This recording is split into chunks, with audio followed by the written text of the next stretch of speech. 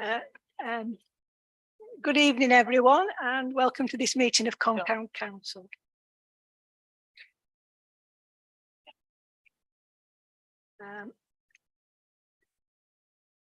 So welcome to this meeting of the Compound Council. Have we got any apologies? I've received two, one from Dorothy and one from Neil because they're ill, and one from Sarah because she's at a Pendleborough Council Development Control meeting. So those apologies be accepted. Have we any councillor who's got a declaration to make of interest? No? We'll go on item 4 to the minutes of the last meeting held on the 19th of September. Does anyone have any queries or amendments to those minutes, please? No?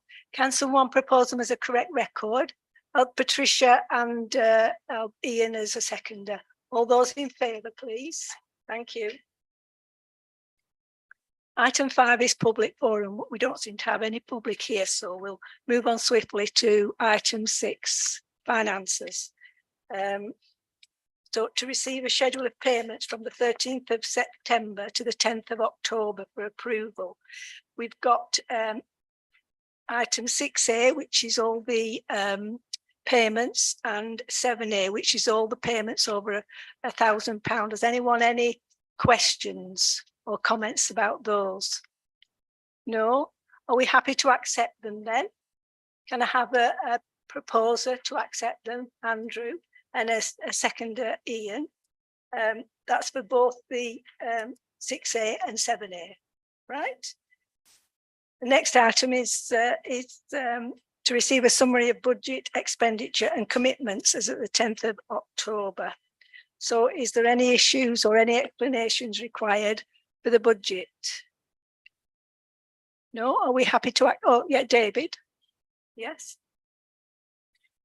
Obviously, we've got an item on the agenda later on for the rental property spend. So that's why that budget's gone through the roof there, I guess. I assume we're going to release the EMR reserve for us. Got that 10 grand down there and sort of contribute to that as a one-off cost. It has actually been suggested that we maybe apply for a loan from the Public Works Loan Board. So in that case, any rental income that we do receive once it's refurbished will pay off the loan we're paying. Right. Okay. And just on the EMR reserve generally, obviously we've got a few there, Primer, Town Hall, bus shelters and outreach codes, which are obviously good for rainy days and things, but when are we next due to review those? We're doing like a half-year pre-budget type review? Well, obviously the draft budget for next year will be at the next FES meeting. So that's obviously when we start to look at the following year's budgets, and obviously any plans that we may have for the park, etc. To obviously try and incorporate funding for that. Okay. No, other than that, I'm now happy. Okay. Can I have a proposer then? Patricia, yes. Can I have a seconder for the budget? Ian, thank you. All those in favour? Thank you. Item 7 is transfer from reserves. Right, yeah. So yeah, this is just to inform you that we have actually transferred £10,000 from the Town Hall EMR reserve, mainly because we actually need a new man-safe fall arrest system.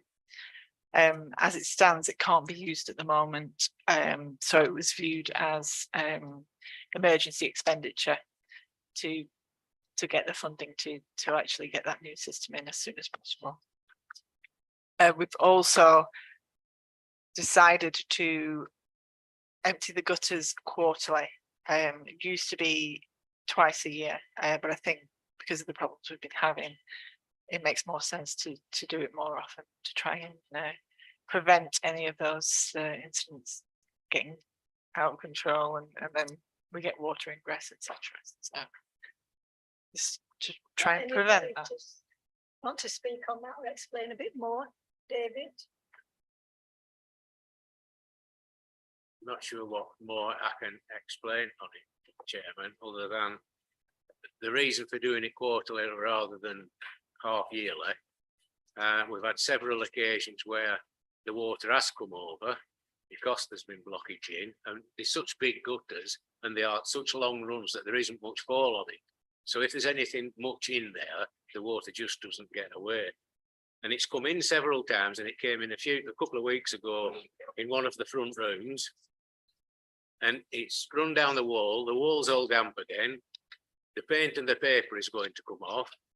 And it's probably cheaper to get the gutters done quarter let rather than half year let, rather than having to keep having plastering work done on the walls and redecorating. So it's probably cheaper to get it done more frequently. Other than that, I can't really add much to it, Chairman. Okay, thank you for that. I will say as well, we have added the window cleaning in with that.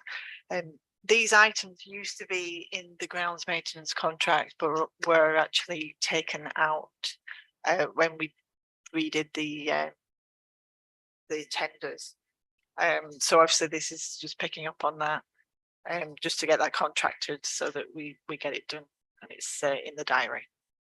And anybody else, any questions to ask Gina that's not? Chairman, I've just one more comment, if I Yes. can, which relates to the man safe.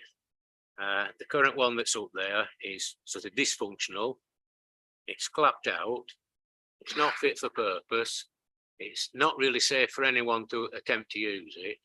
Now, if we had it repaired, the rest of it, other than what was repaired, would still be old, and it'd cost quite a bit of money. And I think, in the long run, I think we're better off getting a new system in, because it's 20, 30 years old. I think we're better off getting a new one in with full certification to say that it's up to the job and start again. Thank you. Have anybody any questions for David? Yes, Andrew.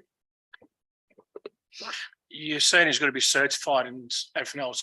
Does that mean you're going to come under the HSE regulations of having it certified every year as well? Yeah, 'Cause it'll it have to will be tested. serviced every year, yes. Yeah. Okay.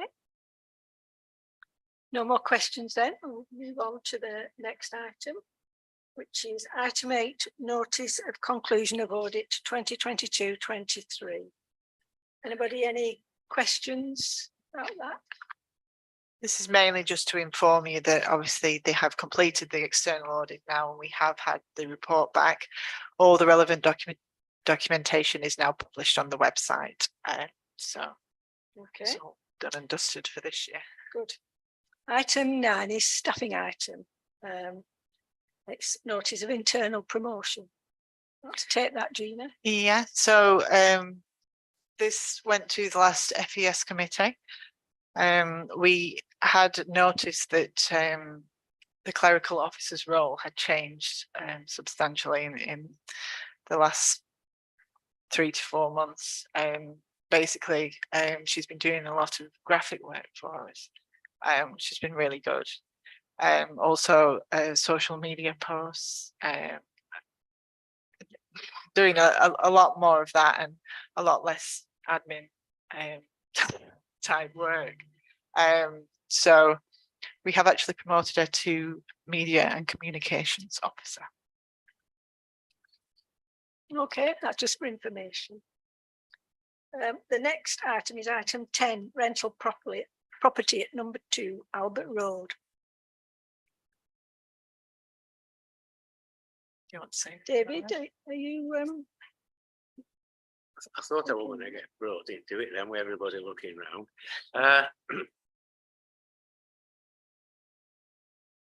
Well, basically, it's a case of the property is not in any fit state to be able to let out. So we can't really let it out and get any income from it until it's had quite a lot of work done on it.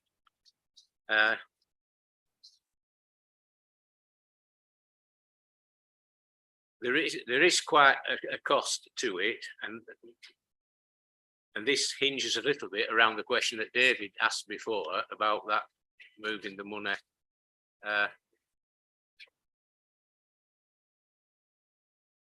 The question David asked about the expenses for the town hall and town hall buildings, and I thought that rather than tie our own money up for a few years and drain reserves, that it would be better to take a loan out to do the work and use the, once we've got a tenant in there and we've got an income coming in, we could use the income from the rental income to service the loan. That way, the loan wouldn't tie any of our money up, and neither would having the work done. And I thought if we get it all to stack up with the figures, and Steve were going to look into it, working it out on how much it costs with a bank loan, etc. I think that's the way forward, rather than to tie our own money up or use our reserves and let it finance itself. Once it's paid for, then we will have an income back from the empty property. Initially, we won't miss the income from the empty property because it's been empty quite a while now. And I've nothing else much to say on it. Does anybody, want to know what sort of state it's in and what needs replacing? Howard? I think I'd rather not know. And it's true to say that when we were getting an income, the income that we were getting was reduced from what we could get if it was in a fit and proper state. What this will do is put the kitchen, or put a proper kitchen in. There's a strange arrangement at the moment where you come out of one door into the kitchen, out of the kitchen into the yard, and then you can then go through another door to the toilet. Why it was joined up like that in the first place, we'll never know. So you have to go outside before you go Well, to the- Yeah, but it's not a separate building. It's in the same building, but there's it's absolutely bonkers. I suspect it's just that it's happened over time that bits have been done and the property's never really been, as they say, bottomed and sorted out. This gives us we're going to have to do something with it, because if we don't, it'll just deteriorate. And as David said, the best way to do it is do it so that it pays itself back over some time. So I'm quite happy to either move it or second it, whatever. Well, Alice wanted to ask a question. I'm just wondering, have we got somebody that would want this property? Would we be able to rent it easily? We've Or had is there quite a any few problems inquiries. about We've that? had quite a few enquiries. Right. Yeah, I don't think we'd have a problem with reletting. Yes, Patricia. Thank you, Chair. Obviously, I was at the meeting where we discussed this. We did talk about quite a long time on this. We need to be putting this building back into use. At the moment, it's not actually costing us anything, but it's not gaining us anything. To do what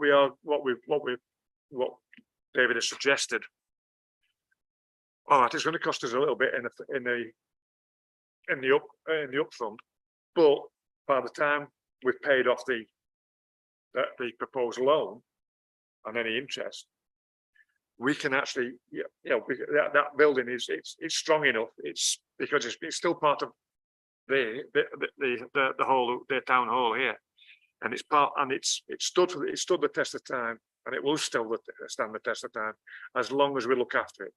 We look after it now, we're going to get without any seismic damage, we can get another 100 years out of that building. I will second Howard's proposal and get this thing moving. Okay, thank you. What I will say is we have made a few inquiries, and it looks like because we're changing the gradient of the roof, that we are actually going to have to get planning permission to do it. So obviously we will commission someone to do some drawings for us, etc., and get that in as soon as we can. Okay, well, we've had a proposal and it's been seconded. Can I ask you to vote? All those in favour? doing it up. Yeah. And I think it's using, you want to use It was the loan. company- Yeah, rather it than- was yeah. proposed that company one Yeah. was used because they gave the best price. So is that okay with everyone? Yeah? Okay, thank you. Next one is extension of the GM6 gardening contract. Nina? Yeah, so this was discussed at the last FES meeting. Myself and Leah had met with the gardening contractor to talk about what their vision was for the planting arrangements for the park and for the walled garden area, as they were the ones that got those contracts. The park contract is obviously a 3-year contract, whereas we only put the walled garden in for 1 year, because at the time I don't think we were sure what was happening with the walled garden. But having spoken to the contractor and seeing what ideas they might have, it is evident that the things that they want to do will look sort of worse before they look better. And in order for them to play out their vision and to do what they want to do with it, they are going to need more than 12 months. So it was proposed that because it was in the actual tender, that we could extend it to 3 years, so that it's in line with the other contract as well. So that was discussed at FES, and it was agreed that we should extend that contract. Does anybody have any questions about that? Alice, do you have a question? Yeah, I mean, our little band of volunteers goes up to the secret garden every week. And I just was wanting to know really what they'd been contracted to do in the last year. And when I spoke to Leah, there hadn't actually appeared to be anything specific for the secret garden that they tendered for. However, I spoke to our previous gardener, Laura, and she said that when the tender went out, she couldn't actually tender for it because she wasn't well at the time. So that it was quite a significantly detailed program of items that were required to be done in the secret garden. But I don't know whether that is correct or whether that disappeared when they did the tendering, or yeah. And obviously we've asked for things to be done up there, and I haven't seen as much as I thought I would. But well, the tender documents did actually come to full council, but I can forward you a copy of the that would be what we've got. brilliant, yeah. Anybody else got any comments? Yes, and Yes, thanks, Chairman. One of the problems with the 1-year contract, there is more work needs doing at the top of the park, where the secret garden, than what you would do in 1 year. So someone can do some planning out as to what does need doing and how it can be done. There needs to be some sort of a rolling program where some will be done this year, some done next year, and possibly some done the year after. And because they've only got a 1-year contract, they can only actually plan the work for what they've got the contract for, which is up until the end of March. So anything they can't do before the end of March, they can't plan it into what they want to do. And all the other contracts are 3 years. So I think it would be foolish not to extend it for 3 years, and then they can come forward to us with what they would suggest needs doing and how it needs to be done. And I think it would make sense to have a rolling program over the 3 years rather than try and do a bit this year and then put it out to tender again and let someone else come back with some probably different ideas next year, and we'll get nowhere. And I think we want a longer contract on it, and I think that's an answer. And were they quite, have they got some quite good plans, you know, what they want to do? What I will do is when I write to them to inform them, I will ask them to put together a 3-year program, so that we can see how they plan on actually doing what they're going to do with it. So Andrew? Yeah, I just want to make a point on that. It's like Alice was saying then, if they're going up there as volunteers, it'd be worth them knowing exactly what they can and cannot do, rather than they're going up thinking they're doing something, and then the contract comes up, rips it out and says, we want that. But it would be nice to have a POC that Alice and a group of volunteers can speak to clarify what the plans are going to be. Yes, Yeah, Alice. I'm really pleased you've said that, because obviously we've really worked quite hard on one side of that garden, and we've wood chipped it, we've taken out a lot of the grass, thistles, all that sort of things, and we are just about to start bulbing it. So there's no point in us putting in a great deal of effort with all the bulbs that we've got if they're just going to be ripped out.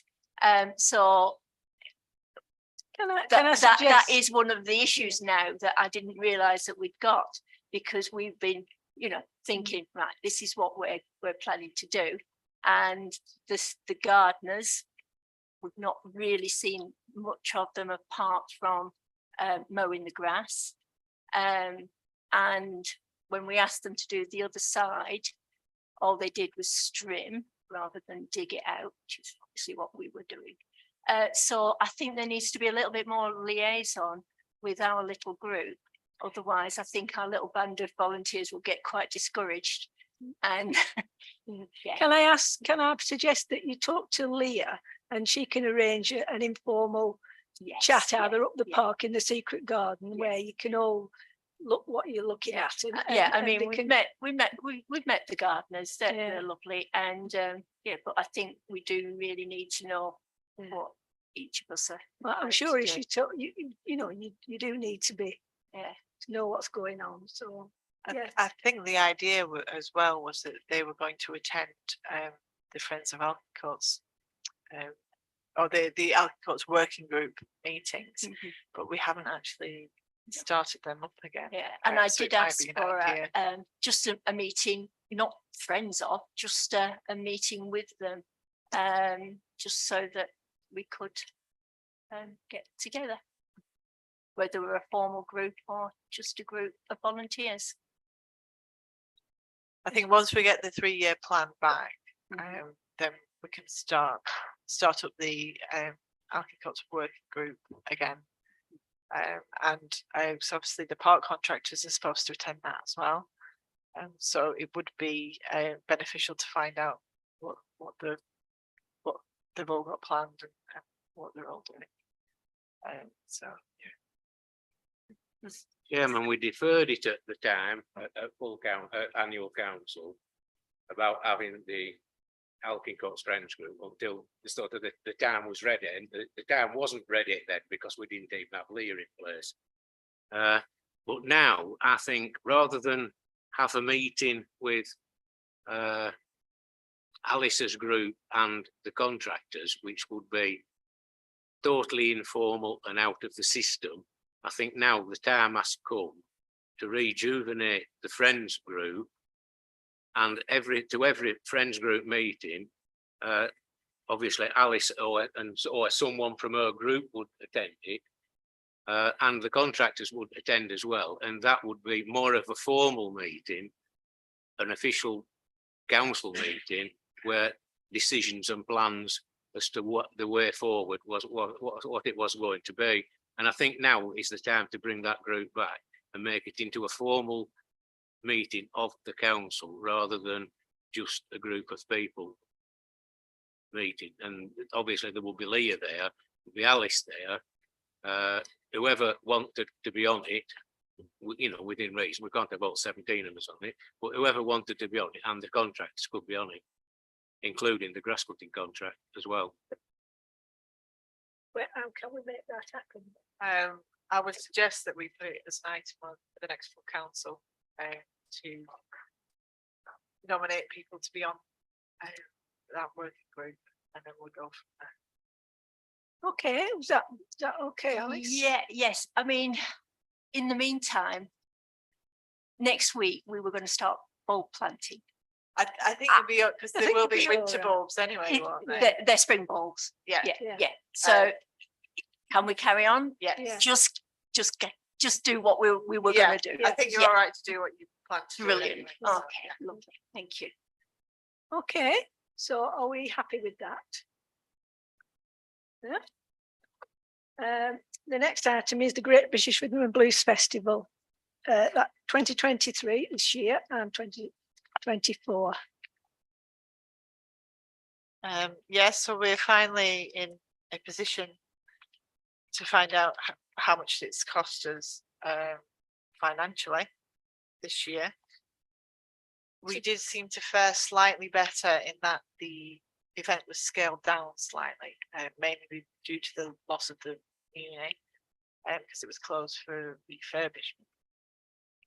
Because of that, obviously there weren't as many bands, not as many headliners to pay for, so the artist bill was considerably lower, meaning that ticket sales actually covered the artist bill. So, and there was a bit more left to play with, which Colne Blues Society are actually going to put that back into next year's festival. So the idea is that they can get bigger and better bands as they build up a pot of money to do so. I think it will probably take them a few years, but eventually they obviously do want it to be a self-funding festival. That's the idea anyway. So yeah, so it's just over 55,000 that we've actually spent. That's including the PRS, all the fees, etc. Anybody, any comments on that? So when you put this together, is there anything in the, let's say the top bit that you think we should do better at? I would say merchandise sales. I was slightly disappointed with the amount of merch sales, but then again, because we lost the Muni, we lost all that middle ground. And it was because it was all up here and we were selling merch, we didn't want a stall just outside selling the same thing. So we weren't really sure how it was going to work, but we did get quite a lot of people asking, say, you know, you usually have someone outside walking around or a stall outside. So I think it is beneficial to do that. We just need to think about where we put it. Yeah, Yeah, fair enough. maybe the ticket sales need to be a bit more, especially if we are going to have the Muni again, because they've been at £100 for a few years now. And anyway, and I thought that the Blues Society was going to look at getting grants from arts councils and that type of thing, but I've not heard whether they are doing that or not. So we can't put that in because we don't know. I think they have been working on that, You know, certainly so, for next year. but, look, that's the figure that the Hometown Council actually paid 55,000 just there. Right, item 13 is speed management update. Yeah, so obviously after last meeting, I did send out, recirculate the spreadsheet of all the existing locations for the backplates that are already there. We have 3 devices which have been out. I didn't get many responses. David, I don't know if did you speak with Lancashire Bridge? Which are mad keen to get started. They are. Do you know which location they actually want? I've actually sent today details to the other parishes of the pictures of them and the desktop assessments that were done for the lampposts. I've sent those through and I've asked that if they can take it to the next council meetings to try and get maybe even different locations as well. But the idea of taking these spids out again was going to be one on Shore Street, one on Skipton Old Road, and the other was going to be Lancashire Bridge, but I'm not quite sure which lamppost they want us to do. So We've I got a can email. choice of three now, so you've asked them. Yes, I nudged them last time round. So right. I'll nudge them again. I'll try and nudge them in the meantime, as well, just to give a two-pence on these choice of three. No, anything gets started. I have spoken to the guy at LCC who's actually looking after these, and he said that there won't be any charge for his assessments for new locations for the lampposts, which is good, because originally we thought that it would be an admin charge for that, but he said no, there won't be any charge for that. The only time there will be a charge is if the lamppost isn't suitable, or if there isn't one in a location, in which case they have to put up a bespoke post to put the devices on. He said that may be around £400 kind of mark. But he said that the £400 is usually for a solar powered, which I think are heavier actually than the ones that we've got. So he said it might be less, but he wasn't sure. But he said obviously we can broach that when we come to it. If there are any locations where there aren't any suitable lampposts, then we can get quotes for to see how much it would be to put a post in to put it there. Yeah. So Okay, I'll nudge them. They're having like a parish cleaning day where they're all looking at the entrance to the first village in Lancashire as you come from the Orchard Centre, and what the visitor experience is like, and therefore the speed through the village. So I think picking one of those three would be the right thing to do. But yeah, I'll chase them up. I know I have had 4 locations in Colne from our councillors. So it would be, it's a 10-week process, but if you wait 10 weeks, it's free. So the sooner we get them in, the better, really. And if you put them all on your license at the same time, you just have to pay £170 fee, and that will last 3 years. Yeah. So, Okay. Oh, yes, Michael. You speak about reassessment. Is that looking at whether it's an existing one that is in the appropriate place? Or is it just a case of seeing whether it's safe to put one? yes, it's mainly looking at whether the site is suitable to put a device there. It may be that if you put anything on a lamppost, it's obstructed by many different things. So they do an assessment. Most of it is desktop related though, remotely, unless they see a particular issue, in which case they will go to site. Because where it is, it doesn't really seem to be in the appropriate place, because the trouble is walking from the opposite direction. Which one? The one on Shore Shore Street. Street? Yes. Yeah, well, we have got round that in that we can relocate an existing backplate that was somewhere else. So they have said that we're okay to do that. Ryan? Can you tell us what are the other sites that have been nominated from local councils?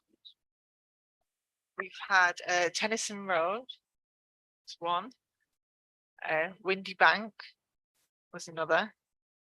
Notts Drive, was it Notts Drive or Notts Lane? One of the two. Notts Drive. And there was one more. And Anthony, was it Colne Conley. Lane? Yeah, Yeah. yeah. So those are the 4 that I've got on call. If anyone has any more, if you can let me know. Because obviously the sooner we get them in, the better. Okay. Can we move on? Yeah.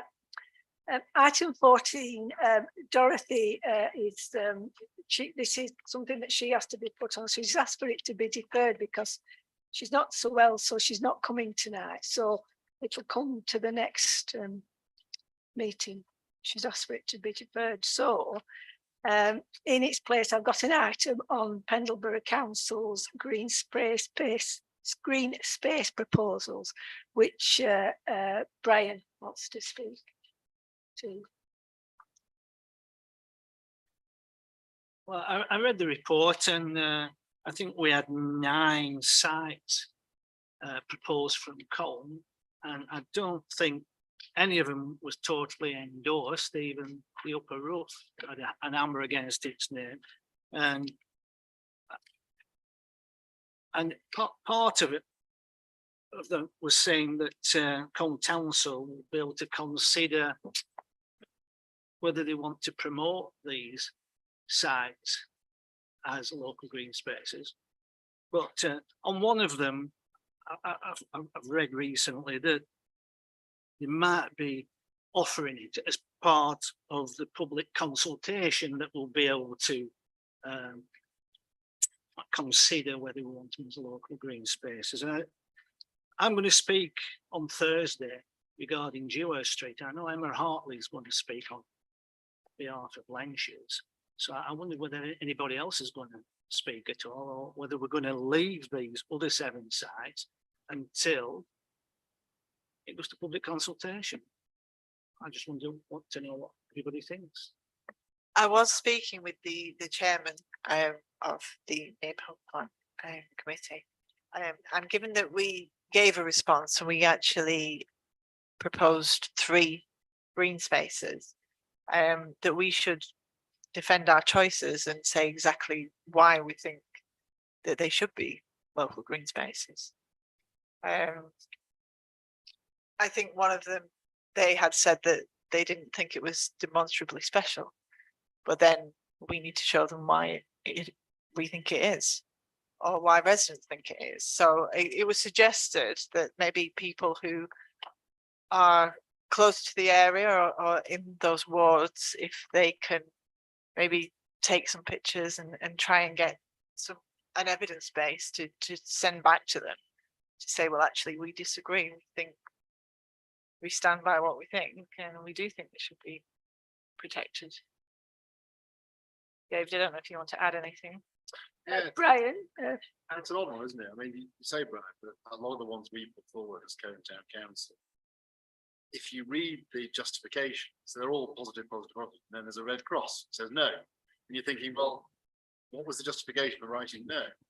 So it's an odd one, because, I mean, Jordan put forward, I think, 14, only 4 of those got in. I think Brian Osbitt got on with none. And you can understand what they're doing, and they get suddenly 55 extra sites, I think, were submitted.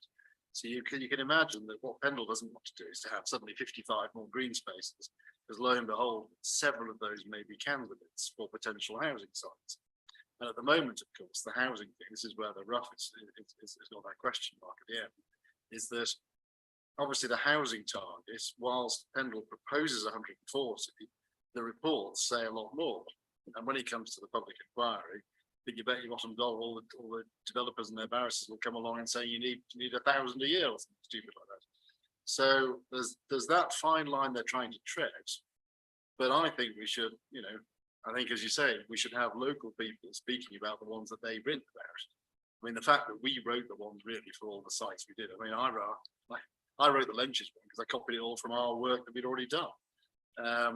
So when you put all those together, you think to yourself, it's a bit disappointing that some of them weren't just easily ticked off. Briarcliff Avenue, I think, is one. I mean, no one's going to build anything in the middle, are they? And yet everyone values the fact there's a green space and some trees in the middle.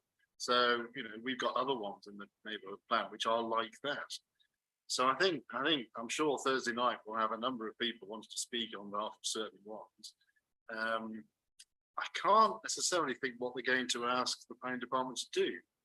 Are you going to change them all, and then the consultation has them all with big ticks everywhere?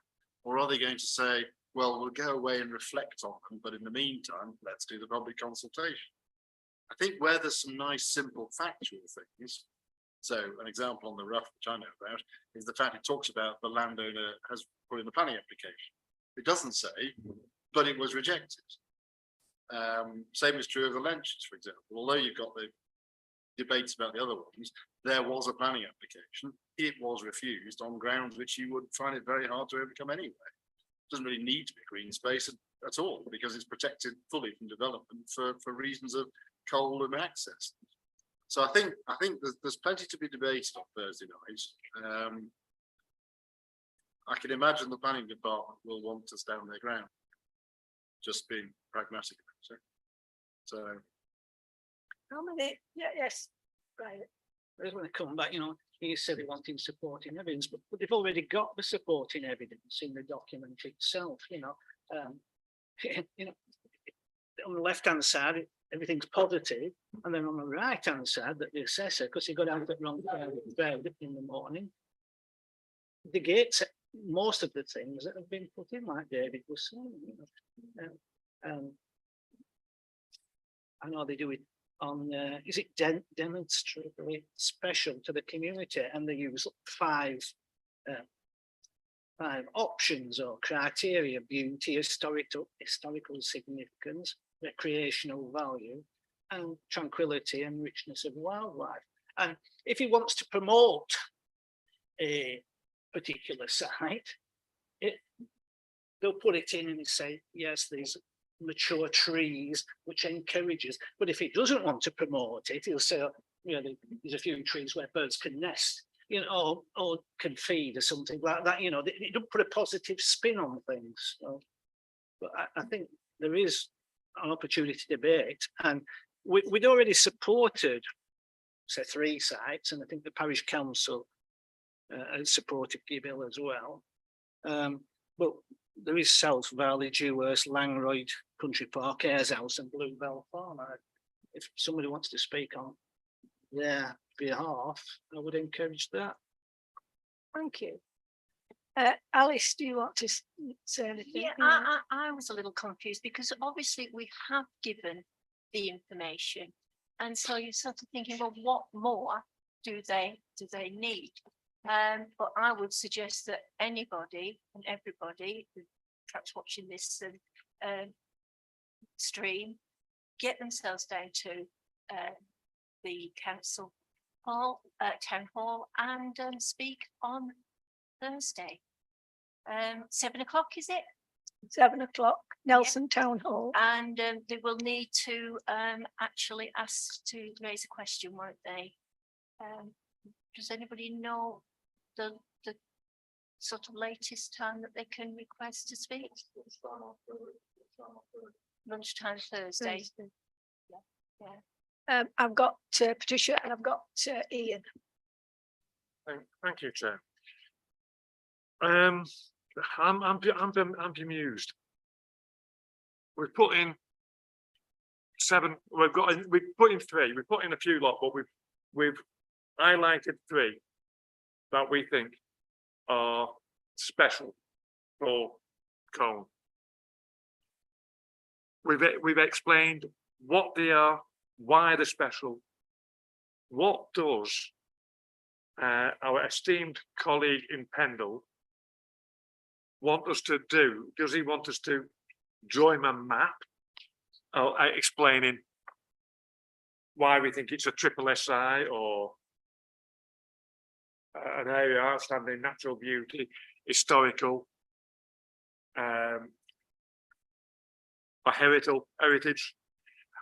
How can we do that in words? Because all he's doing is looking at a document and saying, no. Has he actually been? He needs to go out there and actually look at the sites that we've done and see for himself. Now, I haven't been to the Lenses or to the Rock, but I have people out there, and I know from their posts and their comments that they are triple SIs. Gibb Hill, I've been up there for lots of times. I could even put in Essex Street, which I fought for a couple of years ago. I could put that area in there because I know it's an area of outstanding natural beauty, and it has significant animal and wildlife interest. And that's why I fought against the planning committee permission for there. But unless you actually go and see it, how are you going to say yes or no? I can't understand. I just can't understand it. Thank you very much. Thank you. I've got Ian and then Brian again. Thank you, Chair. I'm quite annoyed at the council's attitude towards the Lenchers. This has been going on for more years than I'd like to remember. You mean Pendle Council? Yes, Yeah. the council, as opposed to town council, the council. No matter what arguments we put, no matter how much proof, we could give them a wheelbarrow full of proof. The council are not going to listen. As far as they're concerned, they don't care about the community. What they want is revenue. The only way they're going to get revenue is by allowing developers to destroy green fields, to build houses that the average person in Pendle and Colne can't afford, just to make a, it's just so that the developers can make a profit, so that the council itself can generate a revenue from the council tax. This is wrong. And I think the people of Colne need to really stand up and fight them tooth and nail on this and not back down and point out that no, the council are there as servants of the people. They are not servants of the developers. And we need to take that on board. They are there for the people of Colne, not the developers. And we need to stand up against these bullies. Ian, Brian. Declare war. I believe that the sites have been visited, they have been spotted on at least one site. Well, I didn't spend a lot of time there. Essex Street is a local green space, designated. And again, Lenchers does have the documentation. They've had the documentation a long time. It's a good presentation. So that's all I've got to say. David. Thank you, Chairman. Just going back to what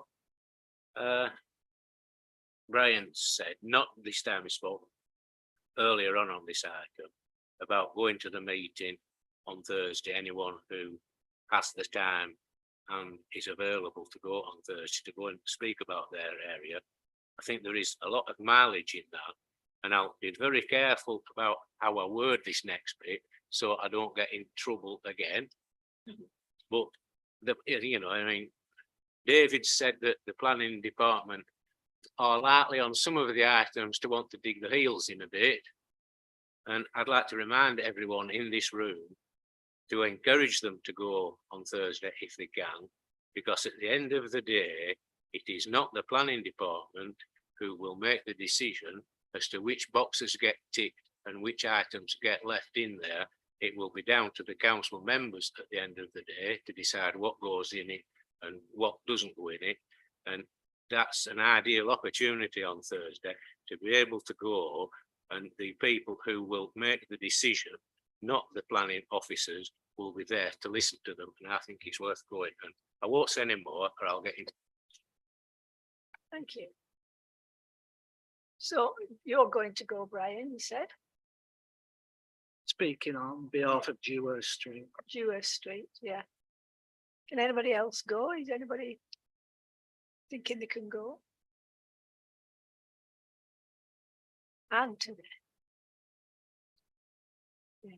Well, talk to Brian about the other pieces of land that you might want to highlight.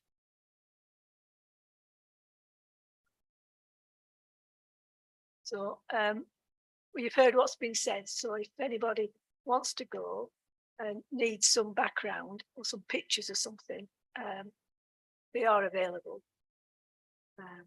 Because I think we did them for the neighbourhood plan. Yeah, we did some. Okay, and can we talk about it after outside the meeting? Okay, thank you. Item 15 is park our areas within the Colne boundary. So this is a request from a town councillor. Parker. Is that what you asked? Do you want to explain about it, Ian? Thank you, Chair. It's a few days ago, I was in Colstown Centre and there was two youths, from saying youths in the early 20s, and where the big stone walls were, they were actually practicing this parkour on them. I was watching them quite a while, and it was amazing what they actually can do. And I was talking to them because obviously there's a lot of complaints. Oh, they shouldn't be doing this in the street. It's wrong. Shouldn't be using street furniture and all that. And I was talking, and there are no facilities for parkour. There's one apparently at Burnley, which they're not very happy with. Apparently it was not designed by people who've actually used it. And they were saying that if you had a site in Colne that was designed properly by the people who actually use it, it would be very, very cheap to actually put in place.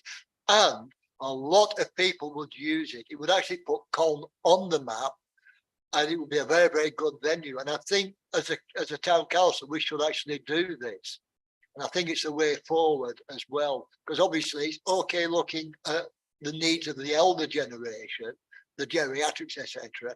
I think young people do need something, and it is a skilled sport. All So right. I would like to see that at some point, sooner than later, that we actually find the site and put this facility in place. Yeah. How much land would you like? Because there's a plan for something near the sports centre, isn't there, for a That's for a wheels park. wheels park? But I don't know whether there'd be any room to do. I mean, I don't really know. Is it where they climb on things? Is that Yeah. the Gymnastics. That's the beauty of it. There's no, with the skateboard park, etc. You've got a lot of specialist equipment to build ramps. With the parkour, no, you build walls.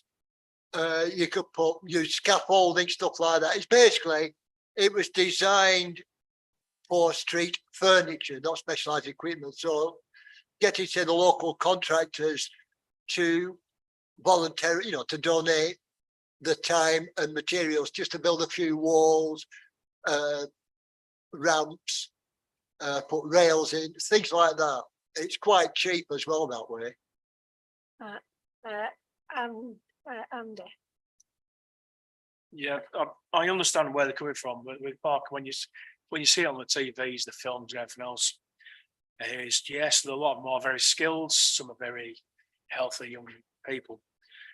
But if Pendle Council or Colne Council was to build something like that, I personally think that if you've got somebody who's unskilled, has an accident, you will be opening yourself up for a lot of money, because they will put a claim in if we install something like nature, because it is generally classed as a very dangerous sport. Right. I've got Ian and then Michael. Thank you. I was actually that was one of the concerns I first thought of. But apparently there is a legal principle in this country, and it's called volente non fit injuria.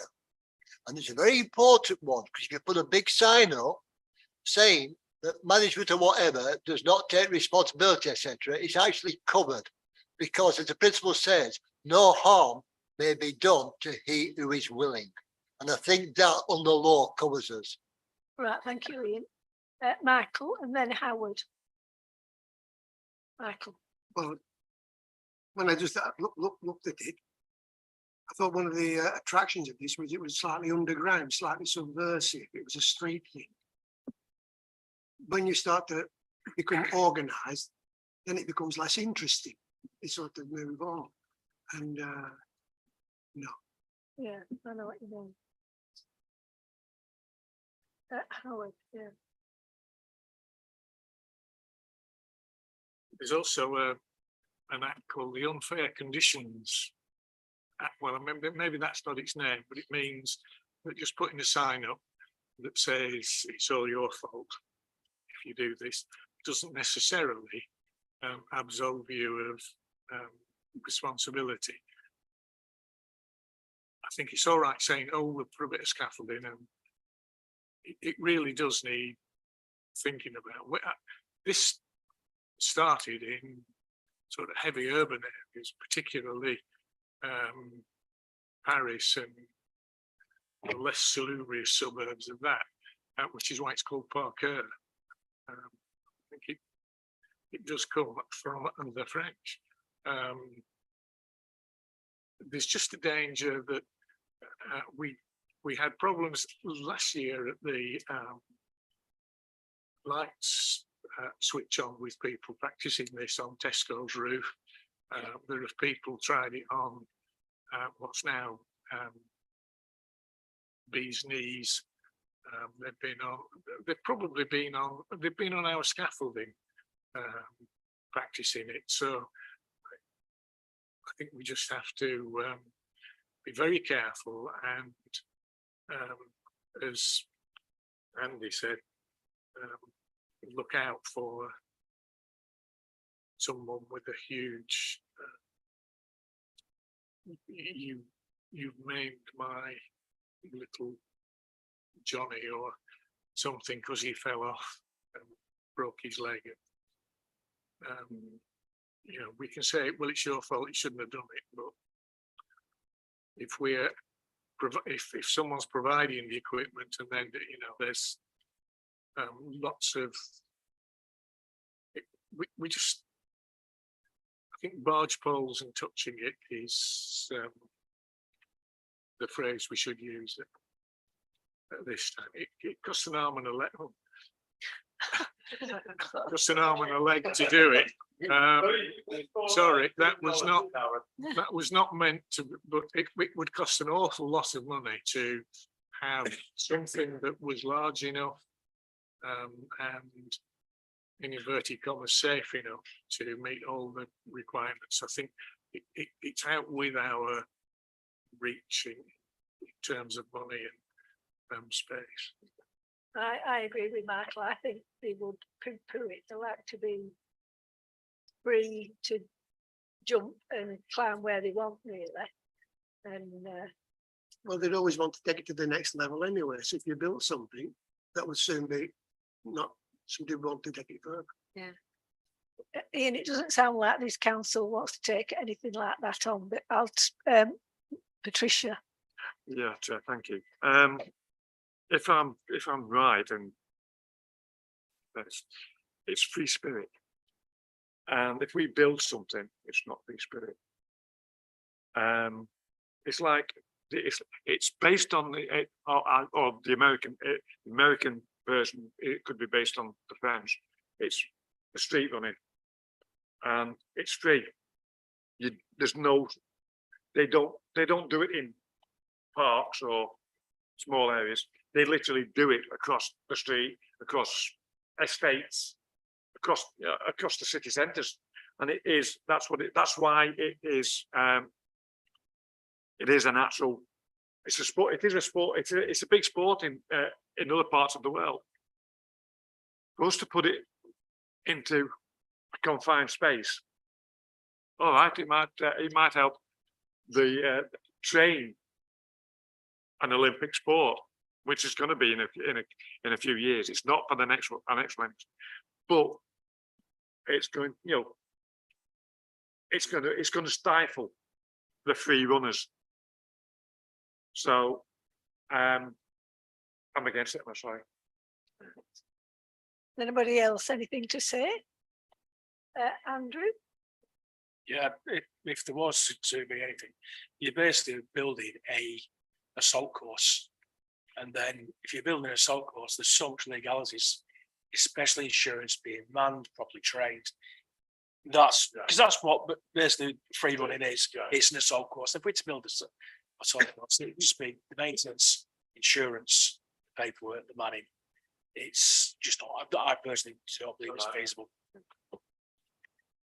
Have you mentioned it to these people that perhaps they wouldn't like to have it confined? Yeah, they were saying that they actually want some form of facilities. At the moment, everybody's saying, no, we can't do it, it's wrong, it's wrong, it's wrong. You're not going to stop them. So they are going to start running around the scaffolding around the town hall. They are going to start climbing up and down the buildings. We can't stop them. Well, Are we going to stop them doing that? What happens if they have an accident and the parents complain the reason why their little Johnny fell off the town hall roof and broke both his legs is because the council have not put in place facility. I understand what the council are saying, but I thought I'd just bring it up Yeah. because it's what the people of, some of the young people of Cone, and we are here to represent the whole of Cone, not just a small few sort of, you know, Yeah, people who count. Yeah. Everybody counts in Cone, and I still think I wouldn't say it's something we should rush into, obviously, but it's something we should actually explore, and I'm willing to do that myself and bring it back. Because at the end of the day, once we explored it may be a case of, no, we can't do it. But if there is a possibility, then I think we should look at that, not just turn them down. Because I say, the amount of problems we've had in Cone with use on buildings, etc., and the argument they all have is, where else can we do it? So yeah, I'll look into it. Okay, okay, well, we'll leave that there.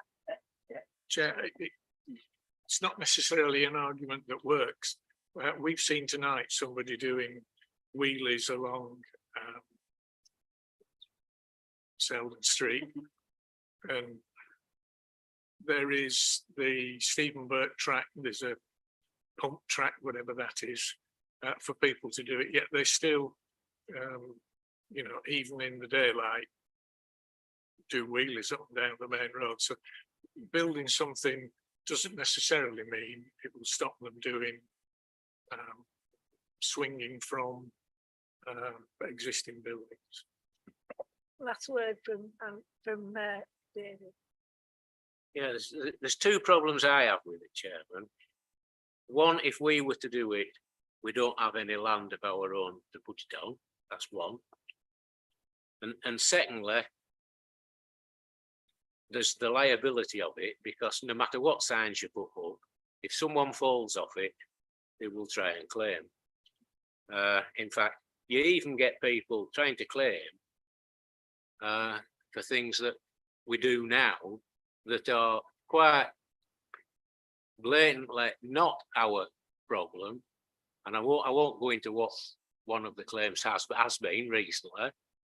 But you get people trying to claim for things that are not our liability, not on our land, not on our property. So you will get several claims. But one of the other things with it is, and whatever you build for the teenagers of the day to play on or do what they want to do on, most of them won't, well, not, I won't say most of them, but some of them won't use it because teenagers now, and over several decades, even going back to when I was a teenager, most teenagers have the same attitude towards certain things, and they always prefer to do something that they are not allowed to do rather than do something they are permitted to do. So no matter what you build, if you build a wall 10 foot high for them to practice climbing up it, they'll climb up it once, maybe twice, and then they'll think, oh, novelty's worn off with this. And next thing you know, they'll be trying to, well, there's none left now, but they will be trying to climb up a mill chimney or up Colne Viaduct or something like that, won't they? And they always want to do what they're not allowed to do. They very rarely do what they are allowed to do. And I'm not getting at the youth of today because they are no different to what youths have been for several decades. Yeah. I do think some things are in fashion and then they go out of fashion and there's a new thing comes along and then they want to do that. So anyway, we'll leave it to Ian, and if he can, he'll come back at some stage with some information.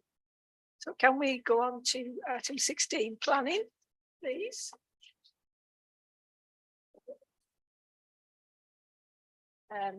Number one is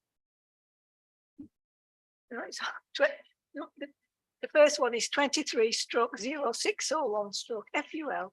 It's Pearl Market, it's the Market Hall Colne. It's the refurbishment and extension. Have we any comments?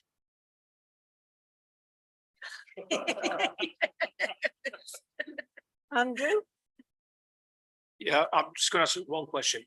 I know we've got the outside view, but I'm seeing a lot of comments, and I've been asked a lot of times as well, is with this food hall, what's happened? Because I haven't seen the plans myself, I must admit, I'll put my hands up. What's actually happening plans within the building? You've got plans for the Sorry. external, and you've got plans for internal. Have we got any internal ones? It's just that a lot of people have been complaining about if it's a food hall, it's going to be like Burnley, you'll not have a market. Just wondering what's actually happening. It's a combination. Yeah, both is it being separated? Yeah, I think the food hall is more at the front. And then they changed the original design to have the solid wall behind that to be a glass. So you get this idea of light coming in and out, visibility, etc. Yeah. So it's food at the front, traditional market stalls at the back. But there is a glass barrier between the two. It's, no, I'm saying is, I've seen a lot of comments. People have been asking me why. Because if you open up, let's say, if you go to Burnley Market, as soon as you go into the market, or you've got this strong smell of different flavours, if you like, spices, and not very many stores because they can't have clothing or whatever else because you get it out and it smells. But that's the question I've been asked is it going to be like that, or is it going to be separated? I think that's why it's not the glass wall, it's separated. Yeah. So as you say, the flavours of the front do not pollute the back. Is it? Yeah. Go market all now, it's a sort of food place at the front anyway. Yeah. So it's just.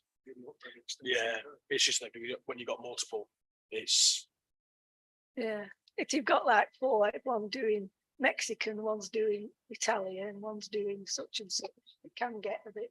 overpowering. I think one of the things I want to do is the operation timing. The idea is, of course, it's supposed to be a bit of a nighttime economy thing. You do your stuff in the renovated theatres and then you go out for some food, either in the existing restaurants or you come to this new food like here. And it's a chance to experiment with, weird, wonderful little foods that maybe don't merit a full restaurant to start with. So this may be the sort of thing where we need to make sure that that's got the right kind of opening hours and profile. Yes, I think everybody thinks, So. but we need to both, try and- market should be open till 6. When people coming home, they can actually pop in and get whatever they need, and then the food hall would, I understand it would be open later. Yeah. As well. I don't know whether it would be open during the day or just open when the market's shut. I don't know. But I mean, that's for the working group, I suppose, to Yeah. decide. And I know we discussed the working group and also at Cohen area, didn't we, about why do you have a shop at the front? The shop is not part of the market. It should be market stalls, or the better thing is to shift those lavatories on the right hand side and put them at the front. Because one of the big demands from people is, where are the public lavatories? There are no public lavatories in Cohen. So therefore you make that prominent, you make that at the front, a massive sign saying toilets here, or whatever, but at least you can know where it is. And the police have said as well, what they don't want is people sneaking down the side, having access via the side, because that's got ASB bad behaviour written all over it. Right thing needs to be redesigned. I think what you're saying, this is an outline planning application, and after all those issues that can be fleshed out at a later date. Yeah. But I agree with you that I don't think the boot shop should be there. But who wants to speak now? Who put your hand up first? Was it? Did it take Alice and then Patricia and then Howard? Okay. Yeah, I think, David, you've got a real point about those toilets. I think they do need to be more prominent, and I would say in a different position. So many people have said the reason they don't come to Cohen is because of the lack of toilets, and they are actually quite worried when the market closes that we won't have any facilities. And that's something that I think we need to address at perhaps one of our council meetings. How are we going to sort that out during this time when the market will be closed and those public conveniences will no longer be in existence? But yeah, I would say that they need to just have a little look at that frontage and where the toilets are going to be sited. I think at the working group they have this consultant who does all these things, and he reckons that where the toilets are going to be is going to be the best place. He said, I've seen them in other places, and the police think they're great, and everybody thinks they're great. But we can make a comment. We can ask. Yes, we can sort it. Yeah. Was it Patricia next? Thank you, Chair. I agree with David on the positioning, and the fact that it could be an as-built work situation there. And answering Andy's point. I was at one of the consultations for the market group, and I spotted that right away. And I actually said, take the wall out, put windows in, put a glass wall or a wall of windows. You can still see the food, but you can see if you're having a meal and you say, oh, I like that dress over there. You've got the chance to go. If you're in the food hall and you look around and it's a blank wall, you don't know what's there. So that was the other thing that I did. But I agree with the way both David and Alice about the toilets. I have been asking Pendle Labour or Pendle Council, where are the public toilets within Pendle? Not just Cole, not just Nelson, but within Pendle. You've got none in Barrowford, you've got none in Cole, apart from in the market. You've got none in Nelson at all now. You've got none in Briarfield. You've got none in Barley. You've got none in Abbey. You've got no public facilities. Wow, we've got one, New Church. Just been told we've got one in New Church. But thing is, for people in our age bracket, sorry, Anthony, but for what in our age bracket, you get caught short. Exactly. Because, you've got to, especially if you've gone to, for you and Howard, you've gone to Barn Oldbury. Are you having to come all the way home to go to the toilet to go back to Barn Oldbury to do your shopping? No, we use the toilets that are in Barn Oldbury on the Raynor Road car park. I think as the chair of the working group is from Barnoldswick said, we've got the and you haven't been going. Exactly, So yeah. we want them. Yeah, exactly. Yeah, I've been trying to get them in Nelson as well. But yeah, we do need them. And I agree with Alice. Where are we going to get them while the market is under construction? But where they are situated there on that map, no, they need to be more prominent. And I agree with David, not necessarily right at the front, but nearer and actually within the building, not stuck as an afterthought. Thank you, Chair. Right.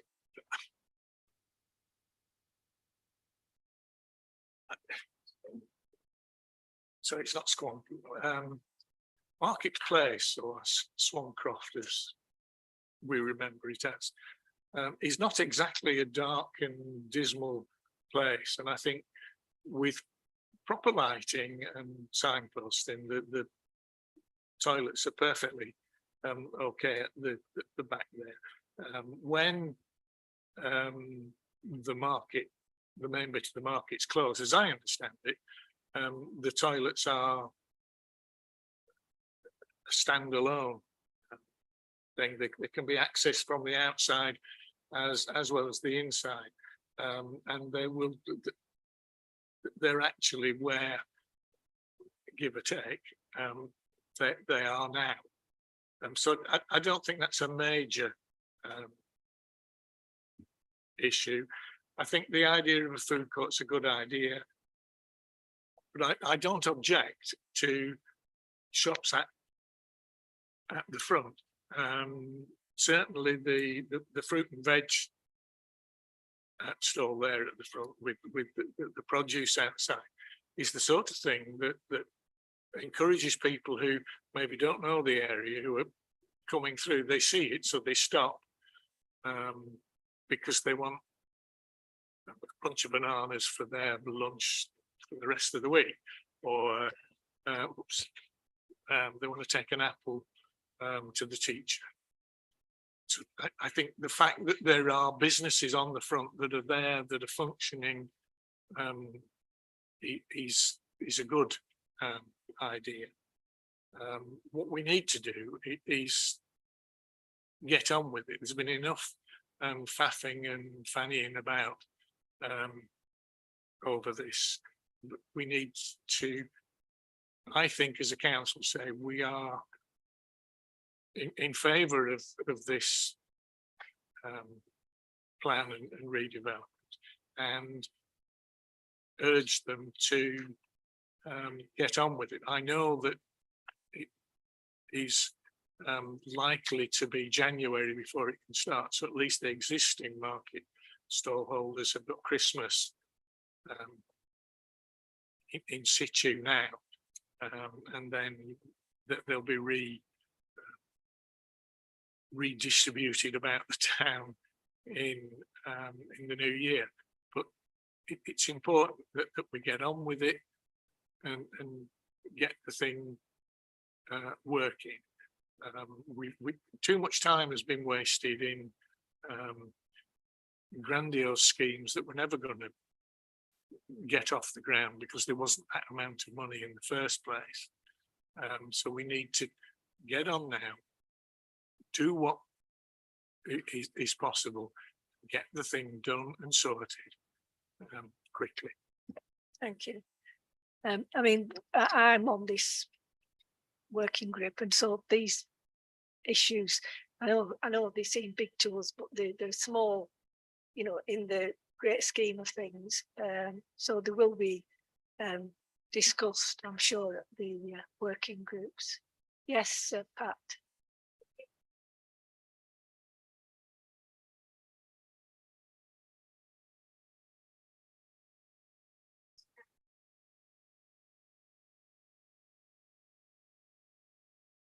Coming downstairs.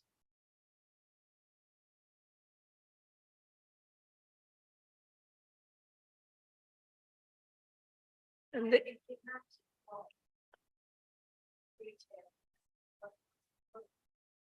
going to be this food thing in the middle, but as I understand it, the chap who's the Kieran, the fruit and veg, he'll still be at that side. He'll be at the front. Yeah, well, he's still going to be at the front. We don't want booths there, but it is there. Yeah, but I think that's a shop. Now the greengrocers is a market stall, and it shouldn't. The shop should be across the road if it's going to have a shop. Yeah. So we'll take all these back to.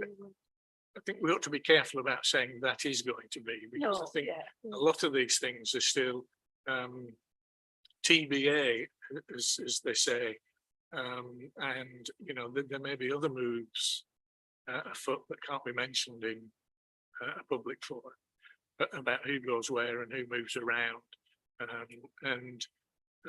well, we can't go into some of it because it's commercial in confidence stuff, and that's how rumours start.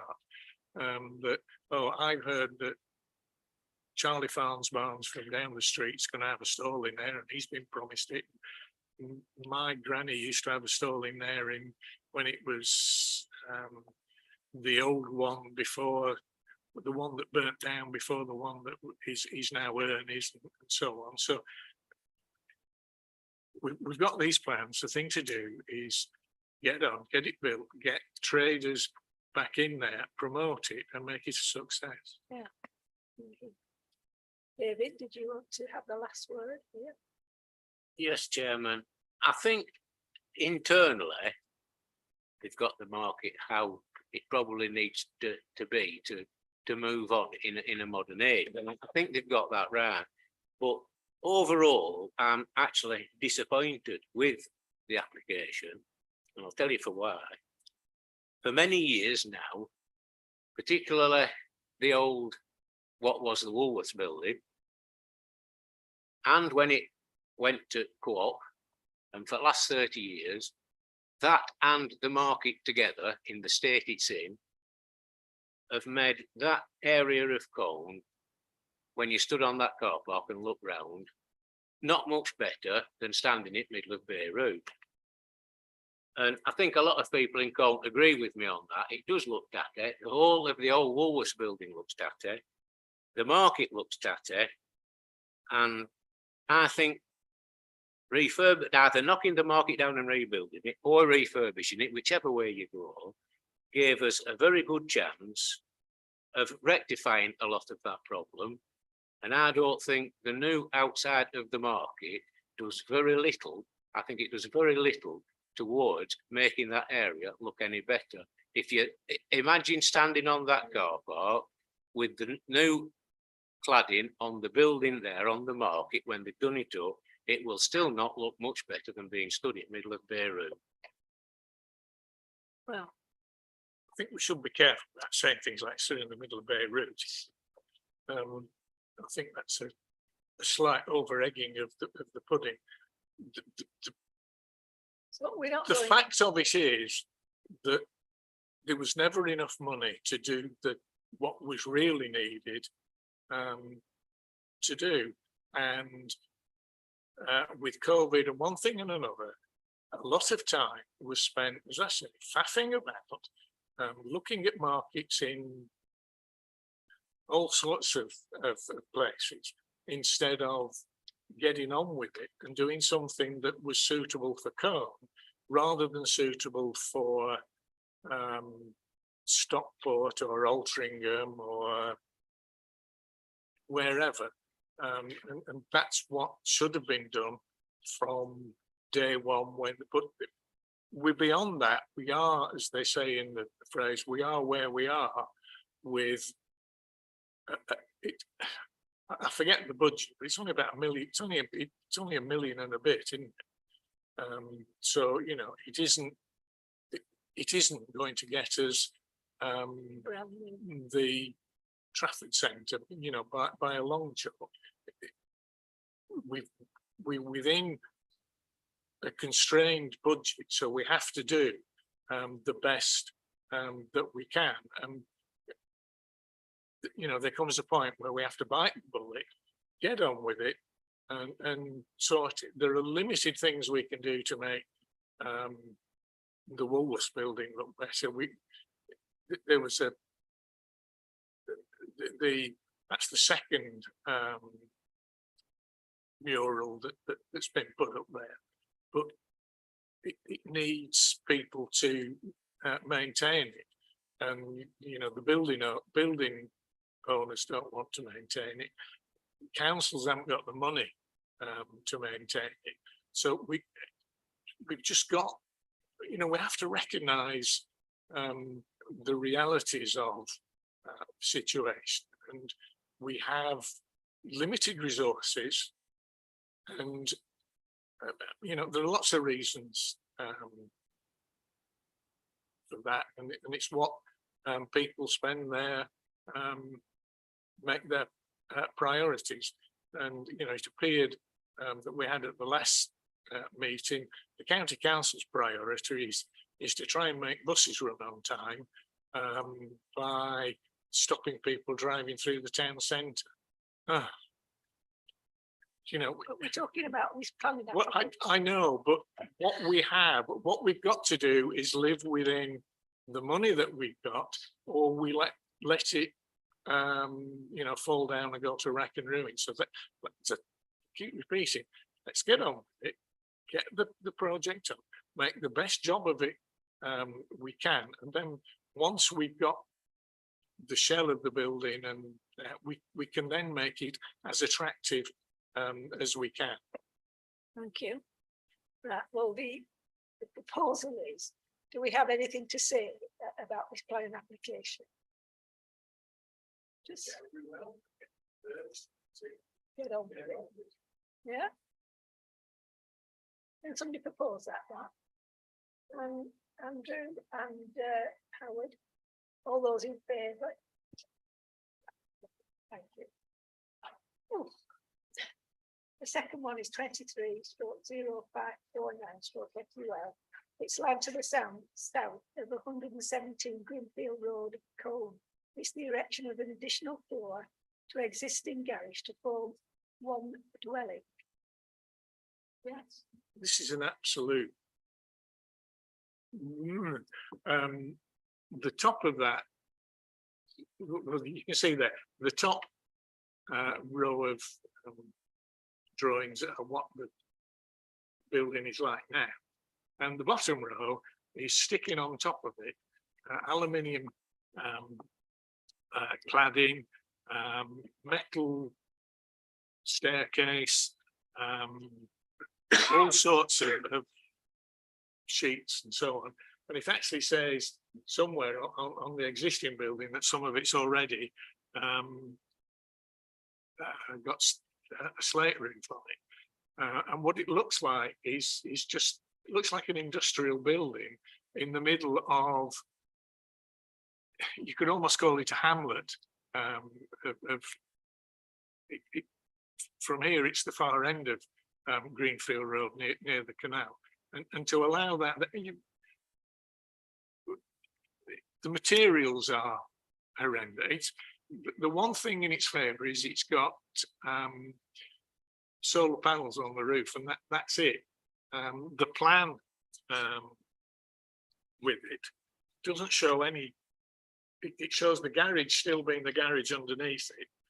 2 bedrooms above it with a bathroom, and then just an empty space. So they don't even appear to be a kitchen. So I suspect it's someone going to want to Airbnb it or that sort of thing.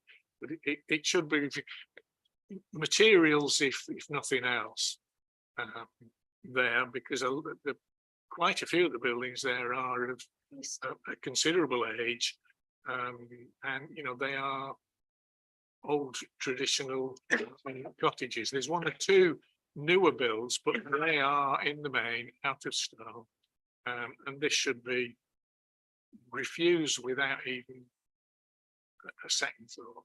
Yes, Ian. Thank you, I agree on that, because obviously, I think it comes under Colne, and we have a neighbourhood plan, which a lot of work is put into, a lot of very good work. And I think that this goes totally against the Colne neighbourhood plan. You know, it is out of keeping with the area, the materials are out of keeping, and I think that the council should refuse this purely on those grounds, that it does not fit in with the Colne neighbourhood plan. Are we happy with that? Yes, Patricia? Thank you, Chair. Totally agree. I'm looking at that and I'm astonished that he even put that forward. Aluminium. It's going to burn. You know, no, and as I would say, no kitchen, no bathroom. It's got a bathroom. It's got a bathroom. Sorry, no living space. Just 2 bedrooms and a bathroom, and an outside.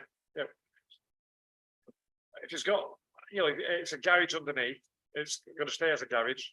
It looks absolutely atrocious, and it's not. And as Ian says, it is not keeping within the local neighbourhood. Never mind Colne neighbourhood plan. For me, it's a reject. Are we happy to refuse on those grounds? Yeah, everybody? Okay, thank you. Next one is 23. Are you okay, David? No.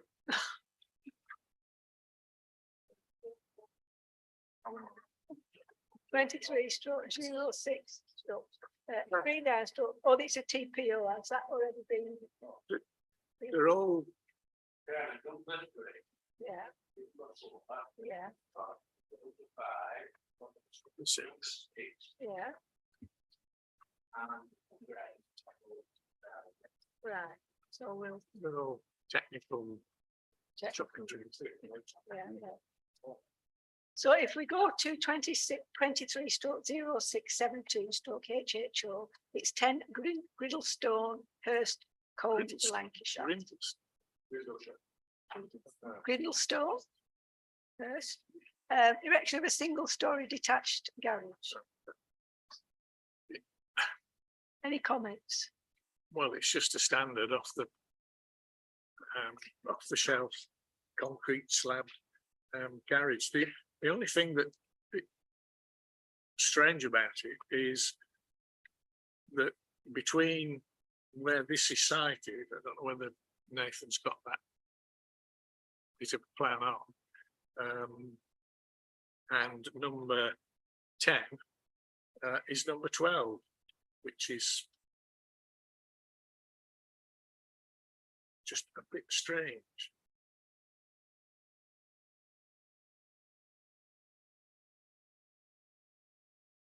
There you go. Number 10 is in the red edge there. And it appears to have a footpath from number 10 around to his garage there. I don't know what other garages are like up there. Well, Brian might be able to tell us.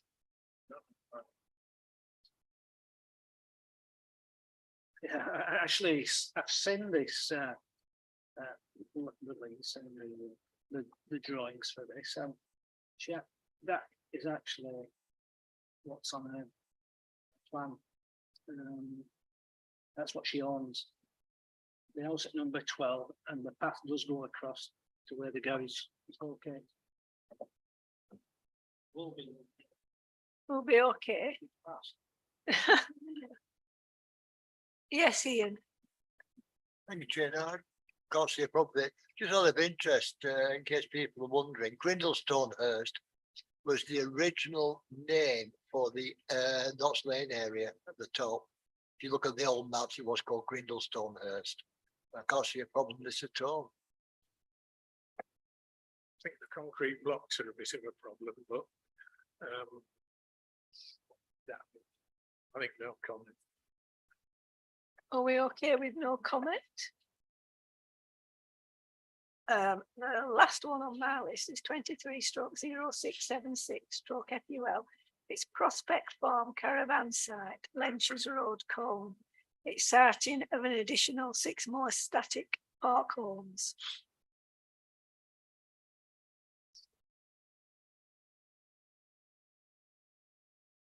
Any comment? Oh, Ian?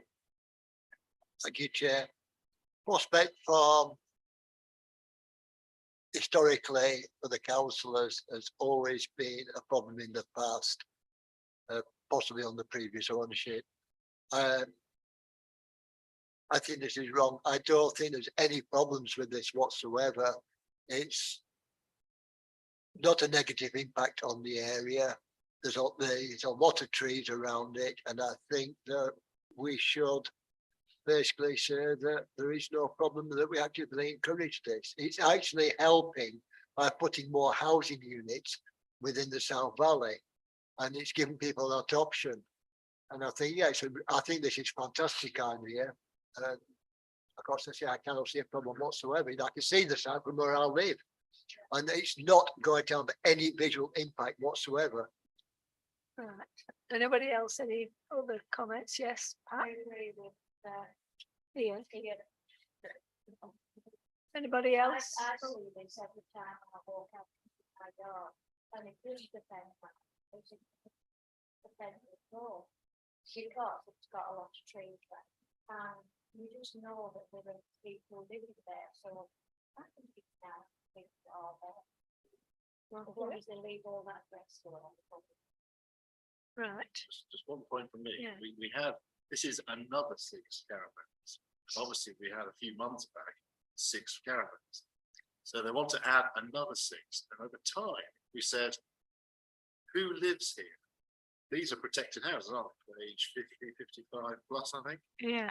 So it's there. And Neil Watson's view was that this is the way of future living.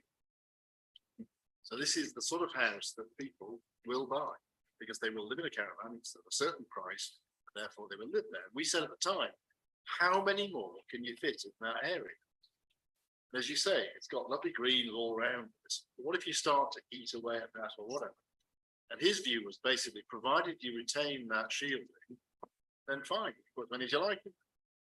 And then we said, well, by definition, I think Dorothy was the meeting actually. She said, well, you know, I'd live there, whatever. The problem is, of course, is that if you're out there, you're way up benches, aren't you? So you can't walk anywhere. You're not going to cycle. So it almost is unsustainable. If you've got more people of a certain age who are dependent on a car, if they can still use a car, and you're putting them into the middle of a field, basically. Well, it might be there for people older than me, or younger than me, sorry, or maybe contemporary. You know. Oh, So, for people of 55 and over, it's a stupid thing. Because I know that there are much younger people live there. People that are my children's age, which is 50, and down and back. But they're all very expensive. You've got to be 50 to live there. Yeah. I mean, on this side, I need a taxi to get up into town these days, so somebody like me would love to live there, actually, partly because I've got music available. But you're right, I think, trailers are, well, it's basically what they are into. They're living in America, what's wrong with them not doing it? I've got Another one. Ian and then I've got Alice. Not Ian, Brian, sorry.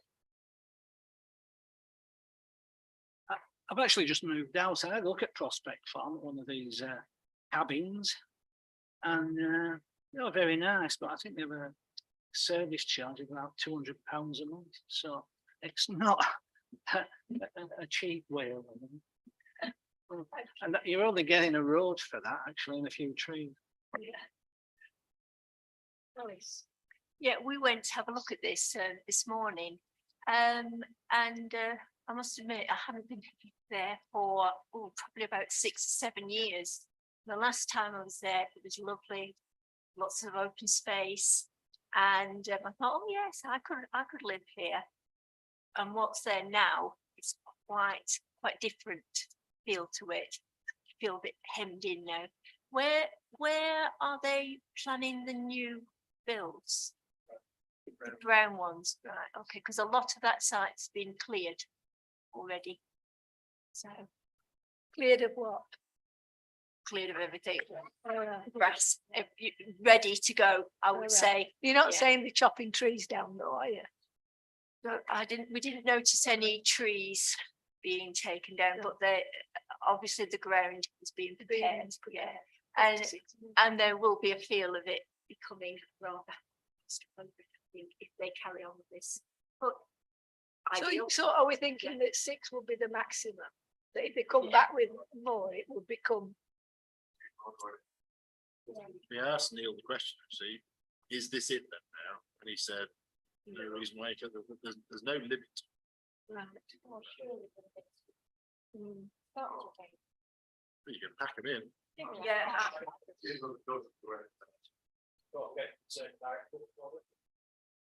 room 12 has to be six there. Yeah. Right. But is there no if we think that it's not overcrowded now, we can't really say it might be in the future, can we? That's Just- not. Just at a very quick, they're fairly well spaced apart if the scale is, if it's scaled itself up down properly. But do we There's want to 20, say- 30 feet between, Do we want, particularly the row that is before on that little island, Gravant. do we want to say no comment? Or what? Rather than I think say prob- we welcome it, I don't know. I think 'cause- the only comment that we could make sure that the existing drainage and everything is is sufficient. up to it. There were lots of someone has done lots of work producing figures of flow and everything, but as we only got it sort of yesterday, I haven't looked at those in detail, but I assume that the people that have produced the report are competent engineers, drainage engineers. Ian? No, you're all right. So we just say no comment? That, you know, because that's sort of quite neutral, isn't it? So. Yeah. Right. Item 17. Correspondence received. We've had a response from the county council, is it? About the SIP proposals, the shutting of the you know, the bus thing. It's item No, four. that's not that. That was That's item not- four. Oh, this one, right. Pendle Borough Council, Middle Valley Borough Council, Plainville strategy. Yes, this has come from an agent, I think, being commissioned by Hanover Council to look at leisure facilities in the area. We have been named as a key stakeholder amongst obviously the other parishes as well. And they want to get obviously the views of the town council.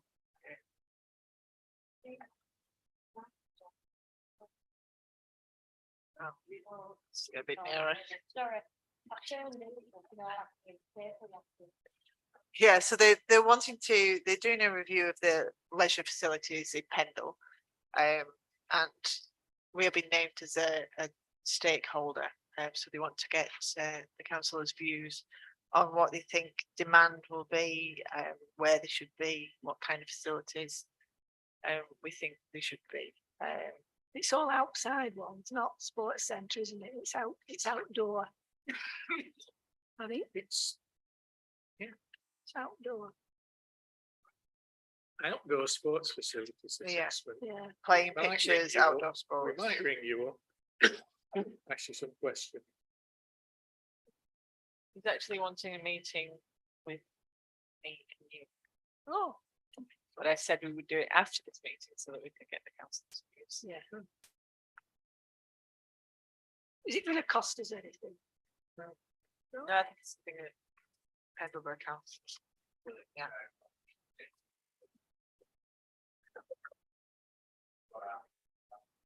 Right, oh, well, I can see. Or they'll be closing things down. Yeah. So what we'll have a meeting with them.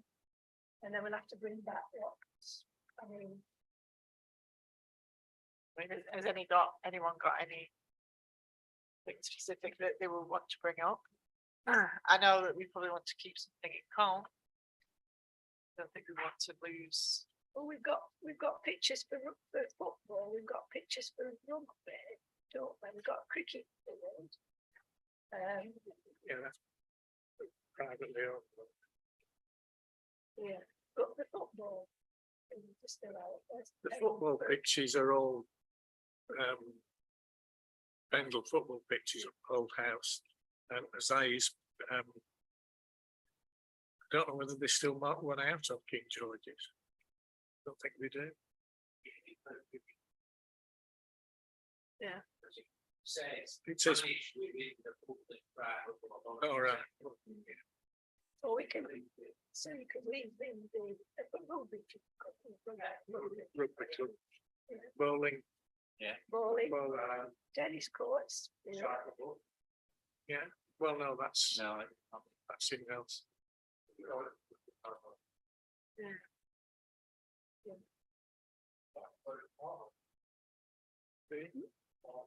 Well, it's, yeah, they do park run Saturday morning. Parking court. Well, that's both.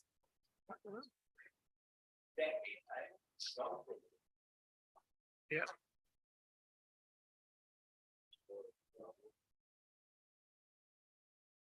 Yes, Ian. Thank you, Chair. I think it's fair to, may need to point out that 2 of the playing areas are being designated as protected fields. And they're actually named. So we call it hotels. It's Queen Elizabeth II protected field. Put in place in 2000 or something. The other one's King George V. That's another protected field from 1940s, 30s, something like that. So I think that's quite important.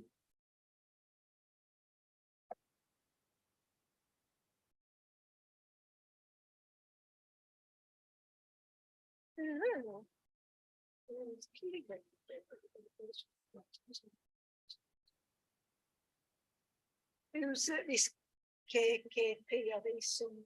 Night, Caroline. They're the ones who did the strategic measure, All right. the back to 6. Right, okay. Oh, we'll have a meeting. Chair. See what. Yes. Hey, Actually, just reminded me, a bit of a controversial one. If you look at the maps at the top of Lenchers Road in a field, it's actually marked as a recreational field. It's actually a playing field or a recreational field on the old maps. And I think that should be formally recognised. The one above the Lenchers, Tum Hill, it's top of Lenchers Road on not so on the other side. Yeah. Yeah, and it's actually still used by West Street School, or has been, for their annual runs. Yeah. So I think it should be recognised for what it is, a recreational field. It's on the maps. It should be recognised. Is there any?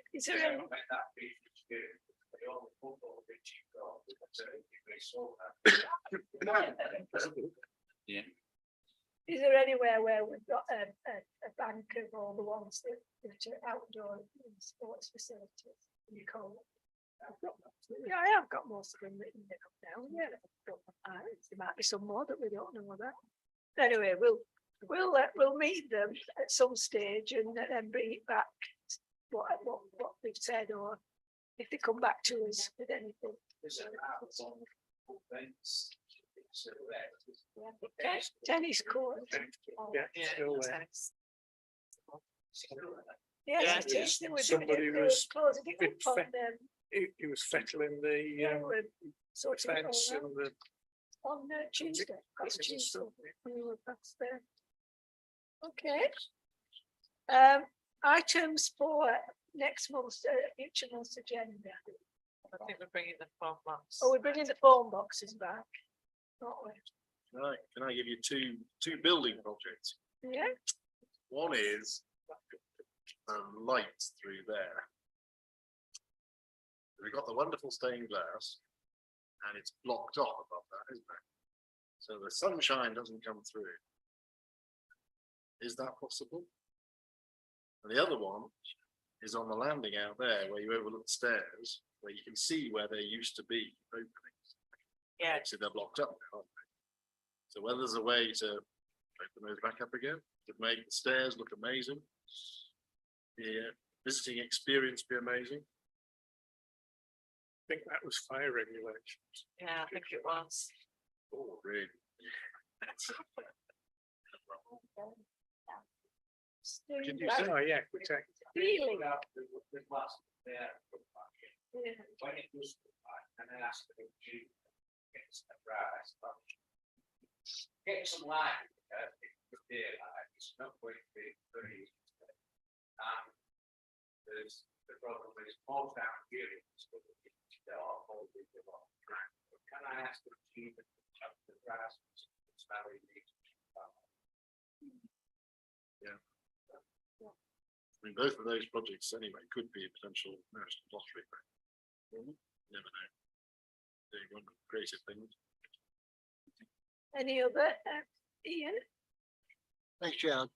Don't know if this actually we could deal with this one. I've been hearing a lot of complaints from residents on noise pollution from certain local hostelries in the evenings and quite late on at night. I've heard it myself, where I can stand out in my backyard and I can hear, I think it's some of the pubs, I can't remember which ones on the main road, playing loud music at like 11, 12 o'clock at night, and it is really loud. I've heard other people saying that they can't even sleep at night because of the noise coming from the public houses, just live music on or whatever, and it's horrendous. And I think we need to address that issue. Mental health last year, obviously. Yeah, Pendle. No, because people have complained and they've just said it's pointless. You know, you can go online if you manage somehow to actually circumnavigate all the security checks and everything else. You just ignored. And a lot of people have said it's just like nobody's bothered on the council side. I know this is wrong, and I know that they are short of personnel because of funding cuts and that, but it's something we really need to address. So is that via licensing then? Is it during the week or is it just at weekends? It's mainly weekends. I've heard it during the Friday- week as Friday, well. Saturday. And that.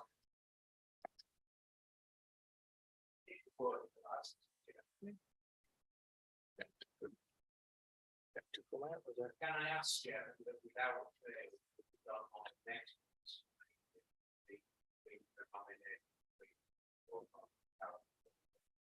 Yeah. Otherwise, the applications down again. Anything else anybody wants on the next agenda?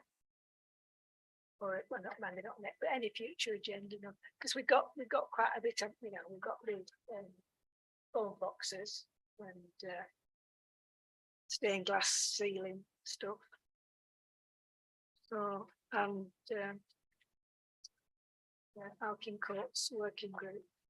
So, next item is date and time of next meeting, which will be Tuesday, the 14th of November at 7 o'clock. So thank you for your attendance.